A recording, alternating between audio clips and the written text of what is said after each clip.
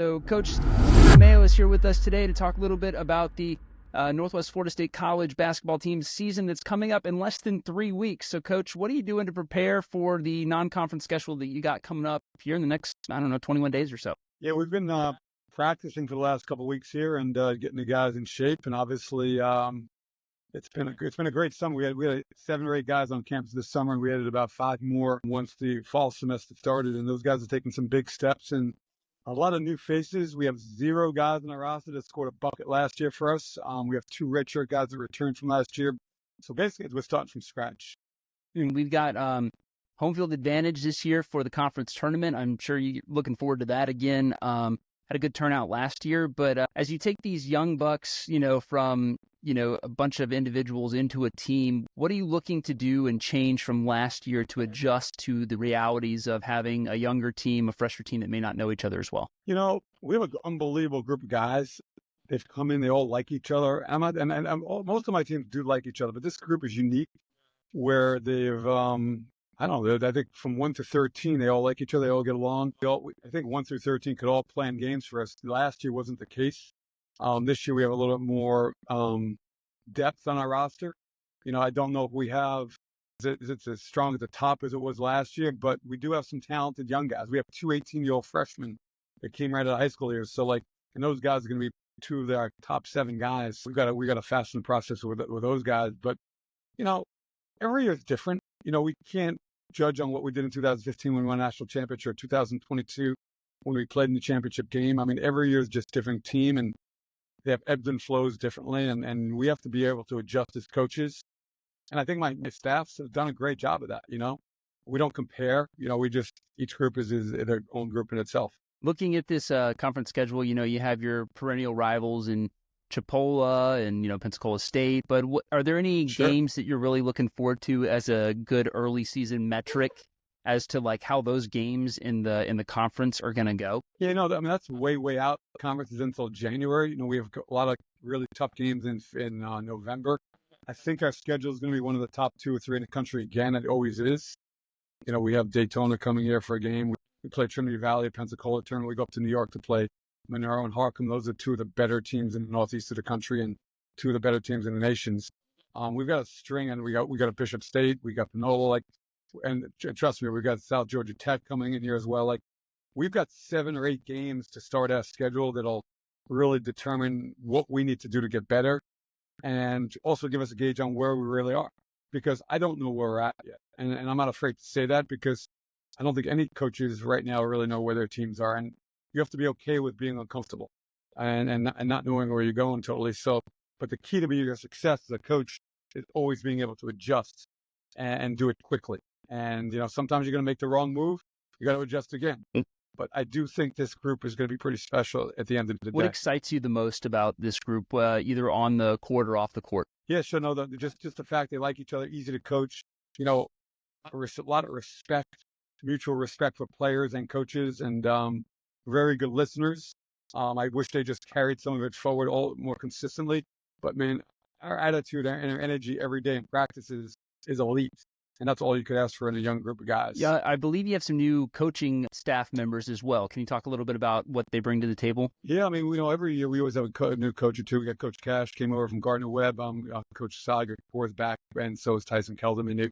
They were with me last year as well. But, the other thing is that group of 3 guys there gets along as well as any group I've ever had in my career. And we've always had great groups of coaches, staff. And that's a big part of everything. Those guys get along well and they work well together, which they do, it's going to trickle down to the team, and the team sees that on a regular basis. And that's something that I work hard on, making sure we not only bring the right guys in, but we have a lot of conversations as individually and as a group. And these guys are ready to go, and they're as fired up as any group I've ever had. And they're very intelligent as well.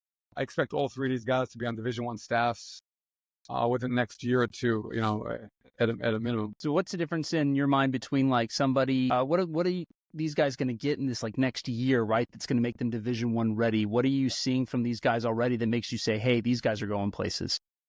Well, I give a lot of freedom to my staff to do things in practice. Actually, we choreograph a little bit, but I let them kind of run some drills and let them put their own twist on some things.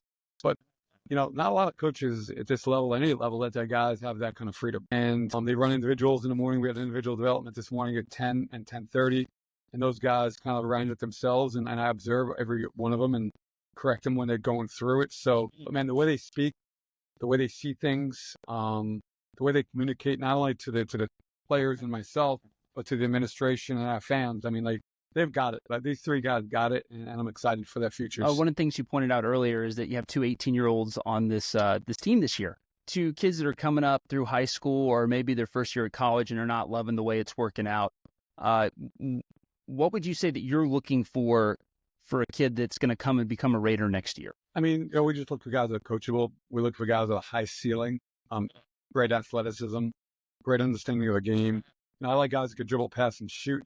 And if they could do those three things on the offensive side, we could teach them the defensive stuff. But just guys that want to be coachable. Coachability is a huge part of it now.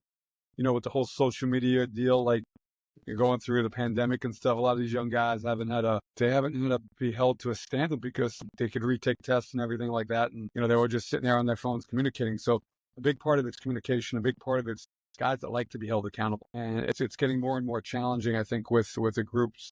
But we identified 13 really good guys, and the guys we have right now have been great. So moving forward, that's going to be a big part of it as well, finding guys that want to be held accountable and want to be coached and want to be great. Fill in the blank for me. If Northwest Florida State is going to win a national championship this year, they need to blank. We've got to get more mature fast as basketball players, and not let the little things get to us when we make mistakes. Don't hang our heads. So get to the next play. If we could do that, I think we'll have a chance to be in the conversation.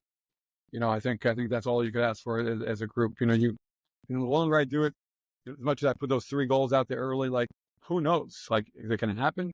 But we got to see steps and growth and maturity and the bond of guys coming together. And I think we're trying to do that. It's never going to be there in October. You want it to be there in March. And that's what our team in 22 did. I mean, we had some unbelievably challenging games that we lost and that we won early on. And there were some roadblocks and there were some ups and downs. And all of a sudden, February came, March came. We were right there to win the national championship. Obviously, it was a 1-possession game and just didn't fall our way. But, that's all you could ask for as a coach. That's all our staff could ask for from these guys. Right on. Well, Coach Steve DeMeo is getting his Northwest Florida State College Raiders ready to go this season. You can, of course, get a Raider Pass this year for about $380, somewhere in that, and get every single game, men's and women's basketball, softball, baseball. All those games are available to you, and they're top-level talent. I mean, you had, 6 or 7 guys go D1 from this last year. So these are solid players that are going to go make tournament games in the March Madness this coming year. So if you want to see them early and maybe do some recruiting for your team, I know I'm going to be watching for SMU to make sure that my squad gets reloaded well, because the Ponies need to be good at everything now. Go ahead. Hey, Andy Enfield and I were talking last year about one of my former players, Kason Pryor, that was at South Florida, just transferred to Louisville. We were literally on the phone when he committed to Louisville. I mean, so you got him, you got Chad Baker at Auburn, you got a bunch of guys all over the place. You got, you have Chris Duarte playing for the Chicago Bulls now. Andre Feliz is playing for Real Madrid, one of the best pro franchises in the world. So our guys usually are pretty successful after they leave here. Good basketball. Come see it. We'll see you guys in the next little bit. But Coach Steve DeMeo, thank you so much for your time, brother. And we'll catch up with you here in the next couple of weeks. Thanks for having me. Really appreciate it. Thanks.